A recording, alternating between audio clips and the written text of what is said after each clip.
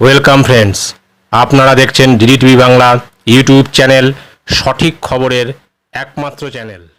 নমস্কার। আচ্ছা বলুন তো, স্কুলের ছাত্রছাত্রীরা প্রতিবাদে বা রাজনৈতিক এই মিছিলে যেটা বর্তমানে চলছে আরজিকর কাণ্ডের প্রতিবাদে কেন অংশগ্রহণ করবে না?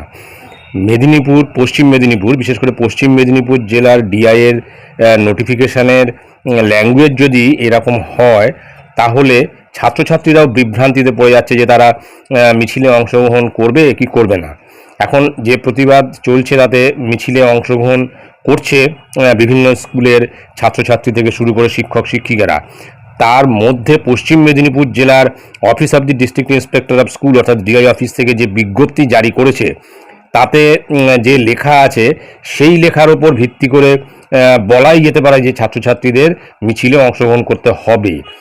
তো দেখুন স্ক্রিনে দেখা যাচ্ছে সেই বিজ্ঞপ্তি, যেটা office of the district inspector of school পশ্চিম মেদিনীপুর জেলার তরফ থেকে জারি করা হয়েছে 22/8/2024 তারিখে, মেমো নম্বর 2427।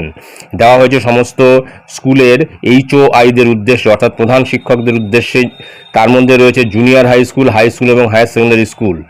পরিষ্কার এখানে উল্লেখ করা আছে non involvement of students in any kind of programme except the programme of school education department outside school campus, অর্থাৎ স্কুল ক্যাম্পাসের বাইরে কোনো ছাত্রছাত্রী রাজনৈতিক কোনো মিছিলে অংশগ্রহণ করতে পারবে না। সাবজেক্টটা তো ঠিক আছে, বুঝলাম, এবারে মূল বিষয়টা কি লেখা আছে দেখে নিই।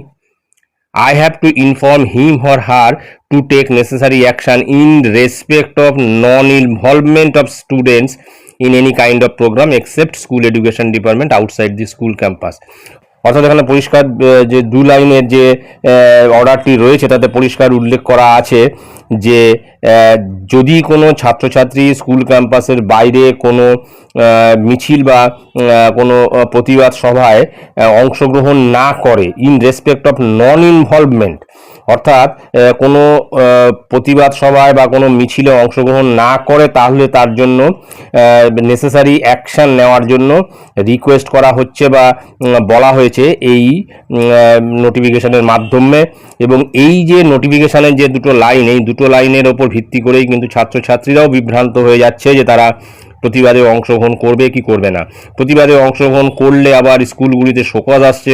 আবার এই যে নোটিফিকেশানটি দেওয়া হয়েছে সেখানে পরিষ্কার উল্লেখ করা আছে যে নেসেসারি অ্যাকশান নেওয়ার জন্য যদি কোনো ছাত্র বা ছাত্রী স্কুল ক্যাম্পাসের বাইরে কোনো প্রতিবাদ বা কোনো মিছিলে ইনভলভ না হয়ে থাকে, নন ইনভলভমেন্ট অফ স্টুডেন্টস, অর্থাৎ কোনো স্টুডেন্ট যদি নাকি ইনভলভ না হয়, তার জন্য কিন্তু নেসেসারি অ্যাকশান নিতে বলা হয়েছে এই নোটিফিকেশনের মাধ্যমে। অর্থাৎ এইখানে দেখা যাচ্ছে যে সাবজেক্ট একরকম, আবার তার ভিতরের বিষয় হচ্ছে আর এক রকম।